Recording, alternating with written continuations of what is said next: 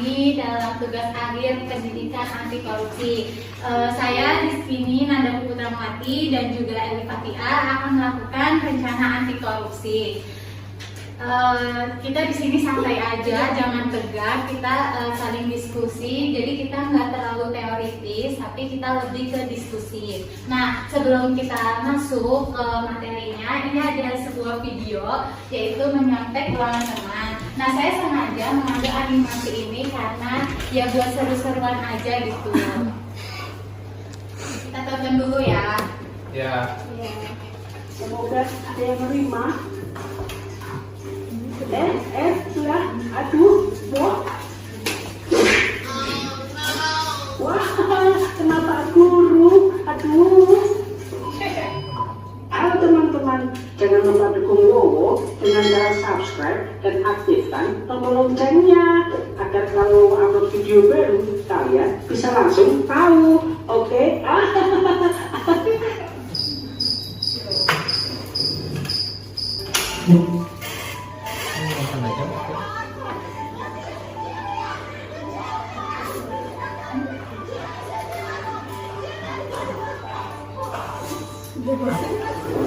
Ya apa sih?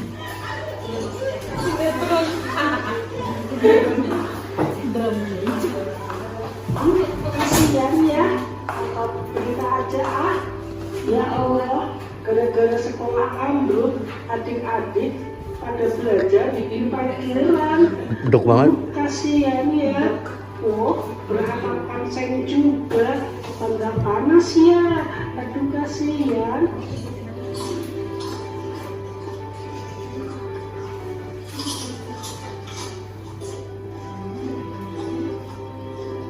Wow, sudah jam 9. Mobil yang ketinggalan. Pagi ini Wowo akan belajar bahasa Inggris. Wowo sengaja gak belajar karena Wowo duduk dekat Agus. Tahu kan Agus, makhluk Tuhan paling pintar di kelas Wowo. Oke teman-teman, dari video tadi kami nih berdua ingin mengetahui pengalaman kalian selama di kuliah ini. Kalian pernah nggak sih menyontek? Ayo, siapa yang mau mengungkapkan pengalamannya? Gak usah malu, karena kami pun berdua juga pernah menyontek. Ya kita jujur aja, kami di sini juga pernah menyontek ketika ujian tengah semester pas mata kuliah hukum acara pidana kalau nggak salah. Kami menyontek karena kami pertama kami itu dulu kan kita seringnya online. Nah terus ketika offline kita itu agak shock gitu. Terus habis itu kita juga kurang belajarnya. Jadi kita memutuskan untuk mengambil jalan menyontek. Kalau dari teman-teman di sini nih, kalian pernah nggak menyontek? Siapa yang mau berbagi pengalaman dengan kita nih? Ayo, Agung gimana? Pernah menyontek? Ya kalau aku sih selalu jujur. Nggak pernah berbohong gitu? Enggak pernah. Halus banget. Terus kalau dari kakak-kakak kampus Merdeka, pernah nggak kalian menyontek di kampus kalian? Pengalaman apa ya? Nyontek di kampus orang. Bukan nyontek sih, lebih ke diskusi. Oh iya, diskusi. Oke. Mungkin dari kita semua pasti pernah yang namanya menyontek gitu. Makanya di sini kami mengambil judul yaitu pentingnya menanamkan nilai kejujuran bagi mahasiswa PPKN WAD terutama angkatan 2021. Nah di sini kami akan menjelaskan sedikit nih tentang 9 nilai anti korupsi. Sebelumnya di semester 1 kita sudah mendapatkan materi ini pada mata kuliah kalau tidak salah Pancasila ya. Materinya itu di korupsi. Nah, kita mereview kembali 9 nilai anti korupsi. Yang pertama ada jujur, kedua ada peduli, ketiga ada mandiri, keempat ada disiplin, kelima ada tanggung jawab, keenam ada kerja keras, ketujuh ada sederhana, ke-8 ada berani, dan yang ke-9 ada adil. Nah, kita yang pertama jujur. Jujur, menurut kalian itu apa sih? Mungkin dari Mbak Yulia bisa dijawab. Jujur itu seperti apa? Menurut saya, terima kasih atas kesempatan sebelumnya. Jujur itu yang pertama berkata apa adanya, kemudian tidak melarang sesuatu, tidak mengada-ngada, apabila dalam kategori berbicara. Jadi apa adanya. Betul sekali. Jadi jujur itu adalah apa adanya, tidak manipulatif, tidak ada kemunafikan, terus tidak ada sesuatu yang ditutup-tutupi gitu. Jadi kalau ada sesuatu yang ditutupi itu berarti dia orang yang tidak jujur. Nah, jujur ini seringkali dianggap bisa menghancurkan diri. Sebenarnya jujur itu tidak akan membuat kita hancur, tetapi jujur itu akan membuat diri kita semakin kuat, percaya diri, dan juga diri kita akan hebat gitu. Selain itu, dengan kita jujur, kita akan mudah dipercaya dengan orang lain. Berbeda kalau kita sering bohong gitu, tapi kita tidak mudah dipercayai oleh orang lain. Nah, jujur itu sebuah nilai terbaik. Maksudnya nilai terbaik itu tidak harus nilai yang tertinggi. Bisa kita ambil contoh ketika kita ujian. Nah, ketika kita ujian, kita mendapatkan nilai yang rendah, tapi kita mengerjakannya dengan kejujuran nih. Nah, sedangkan teman kita yang nilainya tinggi, dia mengerjakannya tidak dengan jujur, yaitu dengan artian dia menyontek. Nah, dapat disimpulkan bahwa jujur itu adalah nilai yang terbaik yang kita peroleh gitu. Jadi nilai rendah itu meskipun kita mengerjakan dengan jujur, itulah nilai terbaik untuk kehidupan kita. Nah, dapat diri dan dapat menunjukkan eksistensi kualitas dirinya. Nah, maksudnya di sini adalah ketika teman kita meminta bantuan bantuan tugas, misalnya artikel gitu. Nah, kita ini cara pedulinya itu bukan mengerjakan tugasnya, tapi kita mengasih ide nih. Oh, kamu harus mengerjakan artikel kayak gini. Nah, nanti dia yang memproses gitu. Jadi kita hanya mengasih ide, bukan yang memproses pekerjaan teman kita yang menanya itu. Nah, terus kemudian peduli itu sangat penting untuk mahasiswa di masa depan, baik di lingkungan kampus maupun di lingkungan masyarakat. Nah, peduli itu tidak selalu memberikan sesuatu yang instan, tetapi peduli itu lebih bagus dengan memberikan umpan. Kayak tadi saya katakan, kita memberikan umpan kepada teman kita yang menanyakan tugas. Nah, teman kita yang memproses umpan dari yang kita berikan tersebut gitu.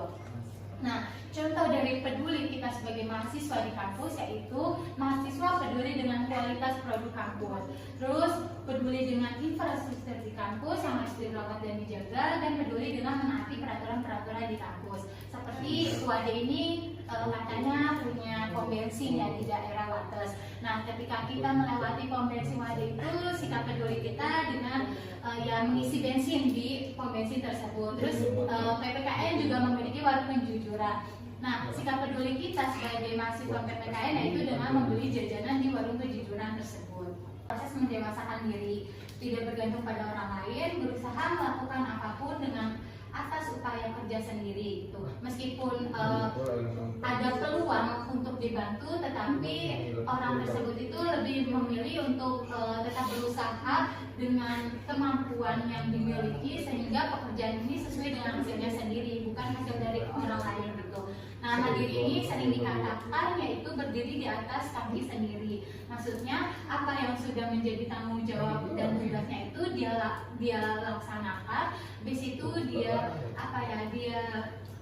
kerjakan sesuai dengan kemampuannya, bukan dari hasil dari orang lain gitu. Nah, mandiri ini sangat penting untuk mahasiswa di masa depan, karena mahasiswa ini harus bisa mengatur kehidupannya, baik kehidupan sendiri maupun kehidupan di bawah tanggung jawabnya.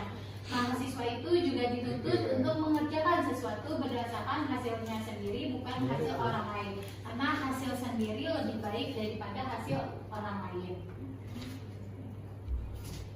Nah, disiplin itu adalah sebuah ketaatan atau kepatuhan kepada peraturan. Ini menurut Subono 2008. Nah, mahasiswa itu harus menerapkan hidup disiplin karena mahasiswa ini dapat mengatur dan mengelola waktu yang ada untuk dipergunakan sebaik-baiknya.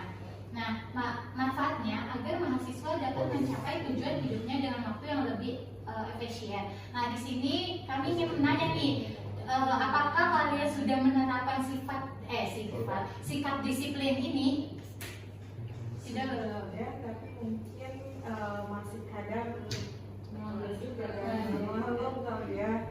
Boleh diceritakan melanggar itu seperti apa? Semisal pagi hari itu biasanya membuat to-do list tuh apa yang harus dilakukan bagi itu prioritasnya.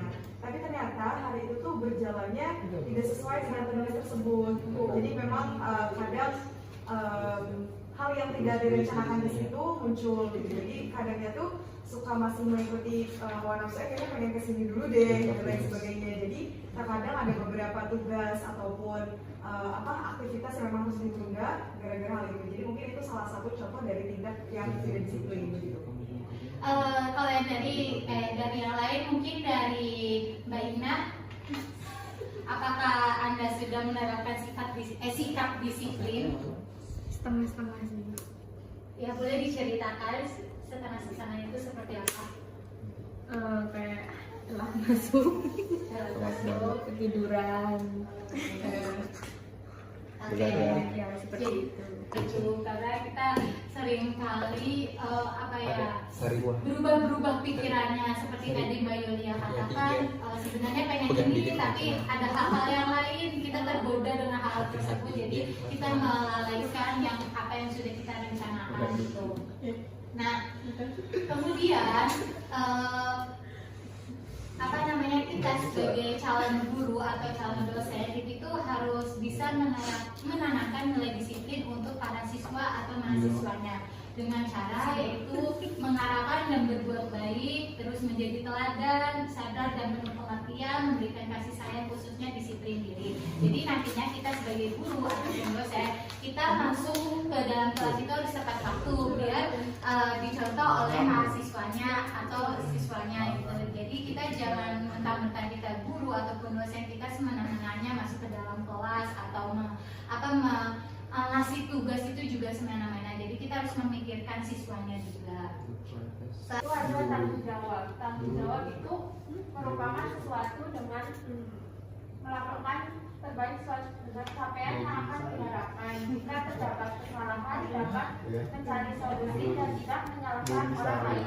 Jadi menanggung semua tanggung jawab dari keberhasilan maupun kesalahan-kesalahan yang terjadi sehingga permasalahan dapat terselesaikan. Dan orang yang bertanggung jawab akan menanggung segala sesuatu, baik keberhasilan maupun kegagalan, dan memiliki kesadaran akan kewajibannya dan tanggung jawab tersebut sebagai suatu pengabdian atau pengorbanan. Jadi mahasiswa yang memiliki rasa tanggung jawab akan mengerjakan tugas lebih baik dan dengan sepenuh hati karena berpikir bahwa jika suatu tugas tidak dapat diselesaikan dengan baik dapat merusak citra namanya di depan orang lain. Mahasiswa yang memiliki tanggung jawab yang tinggi mudah untuk diberi kepercayaan dalam memimpin. Jadi dari kalian ada yang sudah memiliki sikap tanggung jawab apa belum? Dari Mbak Sari bisa tolong, apakah sudah memiliki sikap tanggung jawab terhadap tugasnya? Sudah. Coba cerita. Kalau kayak bisa ngerjain tugas itu udah diselesaikan kayak secepatnya diselesaikan karena ditunda-tunda. Tadi malam sudah mengatakan saya hukum acara pidana. Sudah menerapkan sikap tanggung jawabnya ini. Oh, yang bilang bapak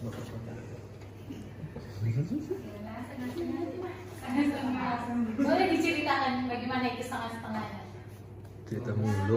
Kalau ditanya tugas biasanya ditunda dulu, kadang kalau rajin kerjaan. Faktor yang buat menunda itu apa? 12. Malas ya, terus faktor teman juga ngajak lain. Untuk sikap tanggung jawab ini juga masih setengah-setengah ya, kadang untuk mengenai tugas gitu kan, ada yang kerja tepat waktu, ada yang molor gitu. Kerja keras itu kemampuan yang kuat pada dalam diri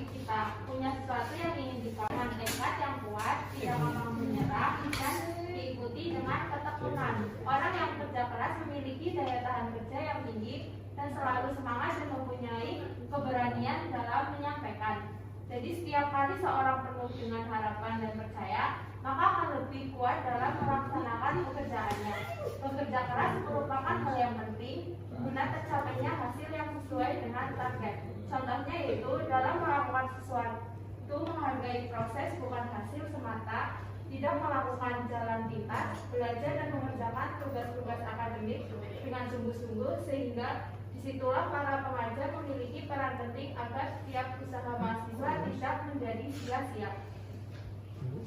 Oke. Mungkin dari Mbak Anissa, apakah selama 3 semester ini udah menerapkan sikap kerja kerasnya dalam belajar atau masih mencari jalan pintas nih? Seperti joki atau menanya joki mencari teman? Gue penjoki siapa yang mau dijoki?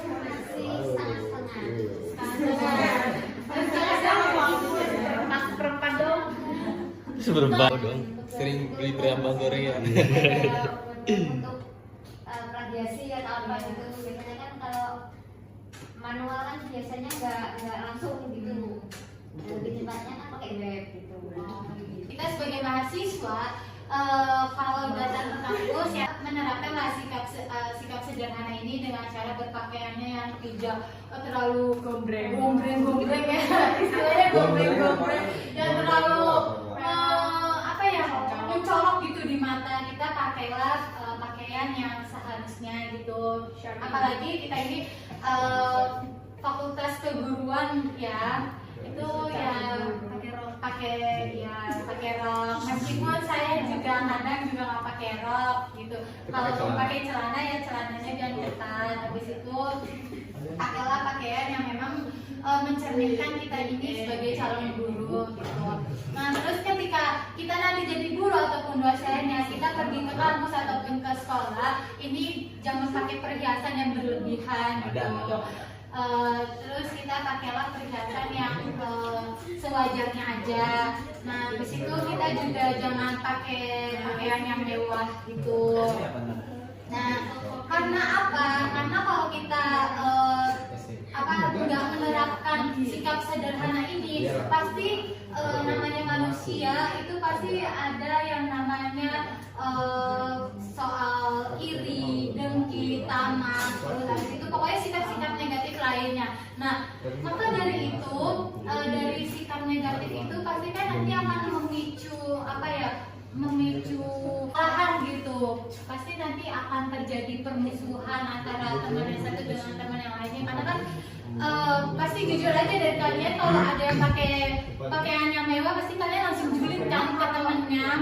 Pasti kalian akan julid kayak, dia pakaiannya mewah banget. Nah itu nggak boleh kayak gitu. Jadi kita pakailah pakaian yang sederhana.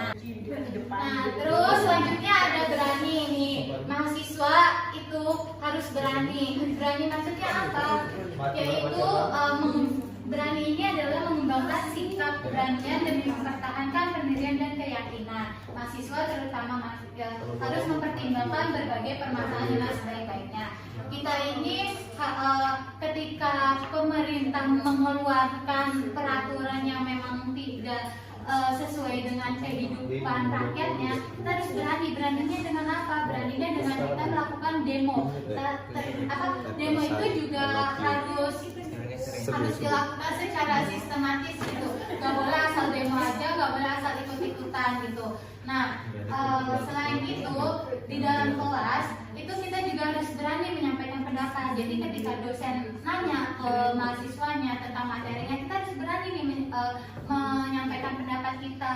Terus kita harus berani untuk memberikan saran ketika teman presentasi. Jadi kita tidak boleh pasif saja gitu, atau kita mengobrol gitu dengan teman lainnya gitu. Sangat berat, tidak berat sebelah dan tidak memihak gitu. Nah bagi mahasiswa, dirinya harus dibina gitu sejak masa perkuliahan agar dapat belajar mempertimbangkan dan mengambil keputusan secara adil dan benar. Nah kita sebagai kita di usia yang masih labil nih masih muda, pastikan untuk mempertimbangkan segala keputusan atau mengambil keputusan pastikan langsung langsung ambil aja gitu, nggak kita pikirkan dulu gitu. Makanya kita seringkali terjerat ke hal-hal yang negatif akibat dari pemikiran kita yang belum jernih ataupun belum belum matang lah gitu. Nah di situ adil ini juga diterapkan dari pemikiran-pemikiran itu sebagai dasar pertimbangan untuk menghasilkan keputusan, karena keputusan itu akan berdasarkan dan pengetahuan seseorang. Dalam masa perkuliahan, mahasiswa itu perlu didorong untuk mencari pengalaman dan pengetahuan dengan interaksi sesama mahasiswa lainnya, dengan cara kita ikut berorganisasi maupun ikut hal-hal yang memang itu dapat mendorong kita untuk menambah pengalaman dan pengetahuan gitu. Nah, karena dengan pengalaman dan pengetahuan itu kita akan semakin banyak belajar nih dan akan semakin bijaksana gitu dalam mengambil keputusan yang semakin kompleks atau rumit untuk diselesaikan. Jadi kita mengambil keputusannya berdasarkan pemikiran yang jernih, bukan asal mengambil keputusan nanti hasilnya malah akan tidak sesuai dengan apa yang kita harapkan gitu.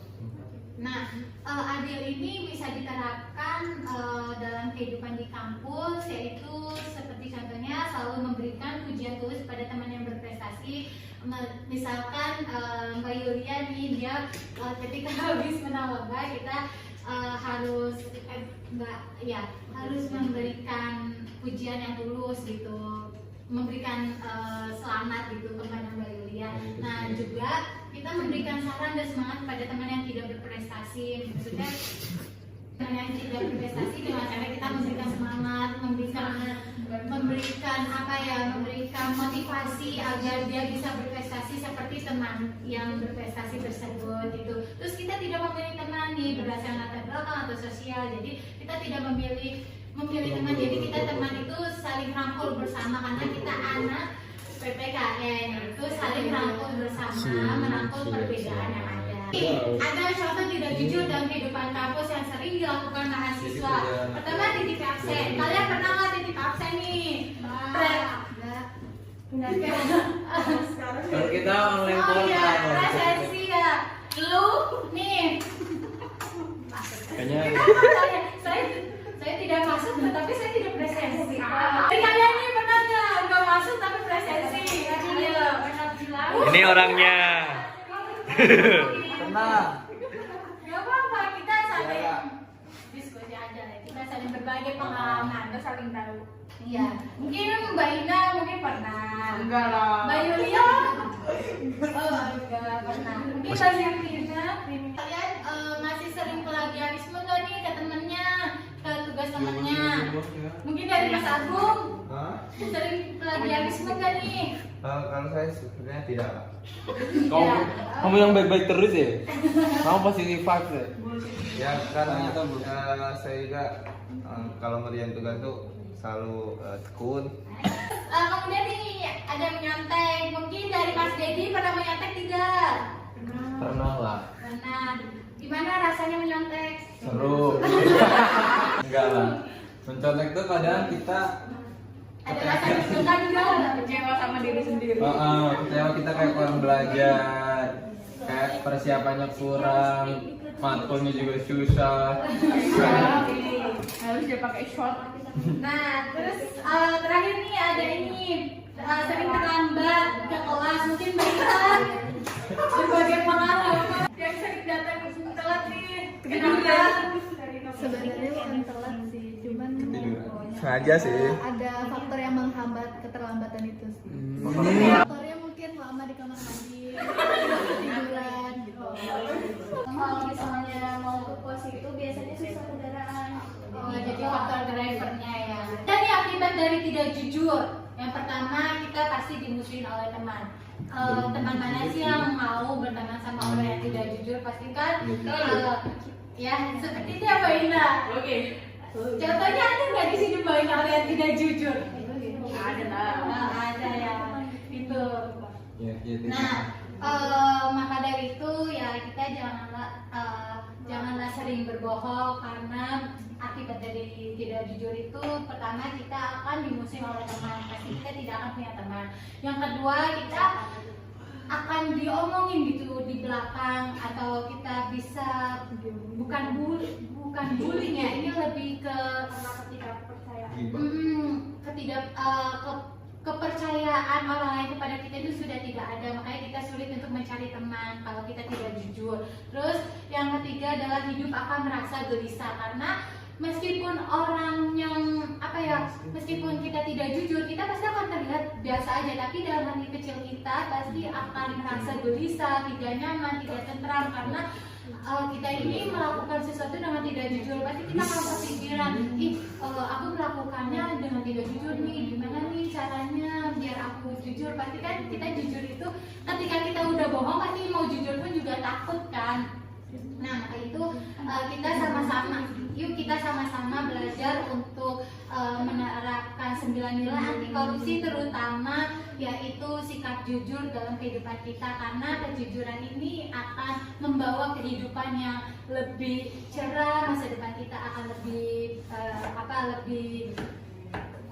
makmur gitu ya, karena ketika kita mencari pekerjaan pun juga akan dimudahkan kalau kita jujur. Berbeda kalau kita masuk melamar pekerjaan dengan cara tidak jujur, pasti gaji yang kita terima pun juga itu istilahnya haram ya, istilahnya haram gitu, uang haram gitu. Jadi kita makan dari uang haram, makanya kita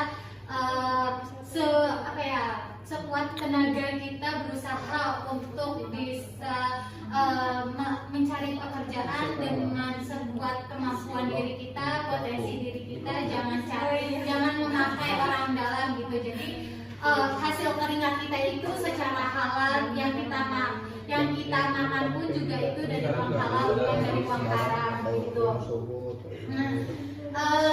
Mungkin itu saja dari rencana anti korupsi kami. Masih banyak kekurangan karena kami masih belajar juga. Mungkin dari kami yang tadi kami sebutkan, ayo kita bangun sebuah kejujuran dalam kehidupan kita untuk masa depan yang lebih cerah. Nah, di sini ada free testnya, mungkin bisa sudah dijawab free testnya? Sudah, boleh. Enggak.